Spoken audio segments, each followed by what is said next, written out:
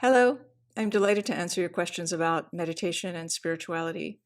This question comes from Faith, who says, I have a history of anxiety and moderate to severe panic attacks. Anything you can offer to assist with these feelings would be terrific. Specific chants, prayers, or mantras. So I can relate, Faith, because I have had panic attacks too. And I'm also a meditation teacher. When I say to people, yeah, I have had panic attacks. Oh, and also I'm a meditation teacher. They think, well, how can that be? If you're a meditation teacher, you should be all Zen and not subject to panic attacks. So I can tell you right now, that is not the case. And people also think, well, can you just meditate through the panic? And I'd say to that, no, you can't.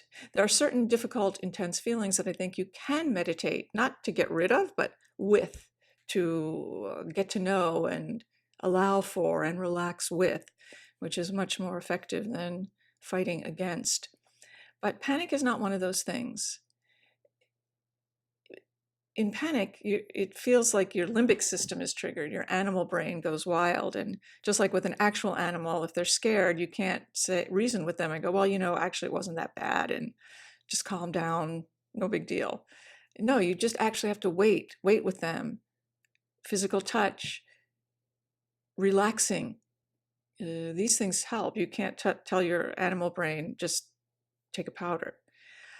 So I will tell you, however, what I did find that is really helpful, not prayers, not chants, not mantras, because when we utilize those to expel what we feel, they're actually acts of aggression.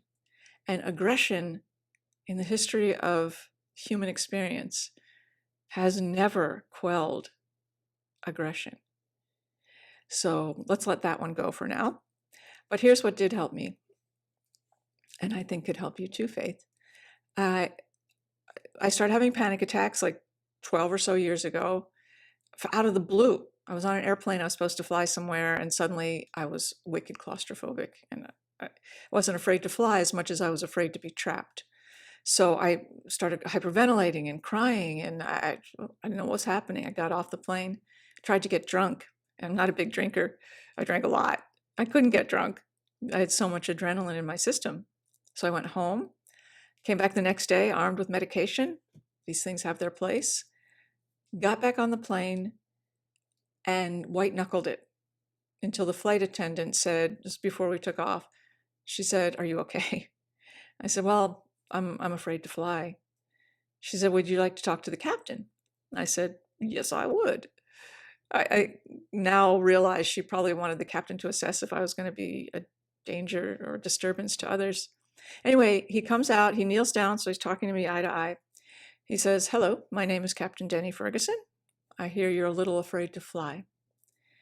Well, I've been a pilot for 25 years. We have a beautiful day for flying, and I promise I'm going to get you there safely.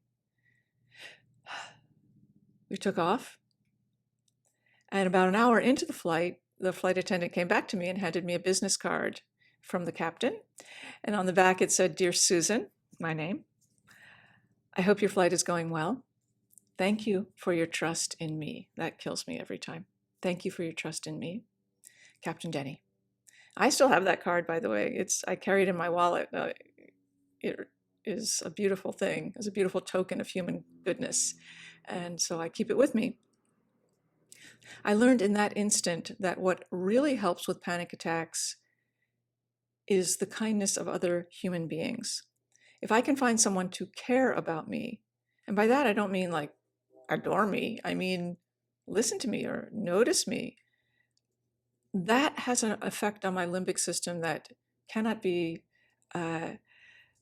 created by mantras and so forth. So in the intervening years, countless times I've said to someone on an airplane or someone in an elevator, "I'm a little afraid to fly. Would you mind talking to me until we take off? And then I'll leave you alone. I got a lot of work to do too." Or in the elevator, "I'm a little afraid.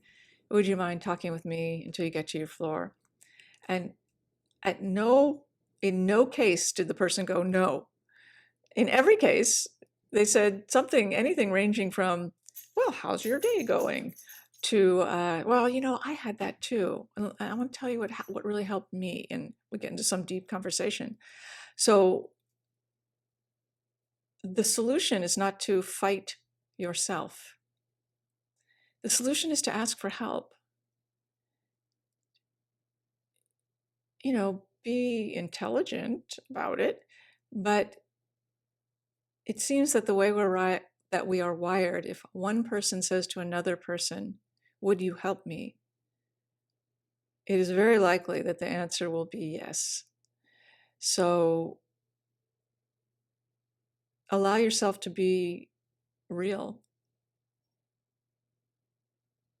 Ask for help when you need it. Don't fight yourself. And remember that the ultimate healing balm is the heart of human goodness. So I hope this is useful. Thank you.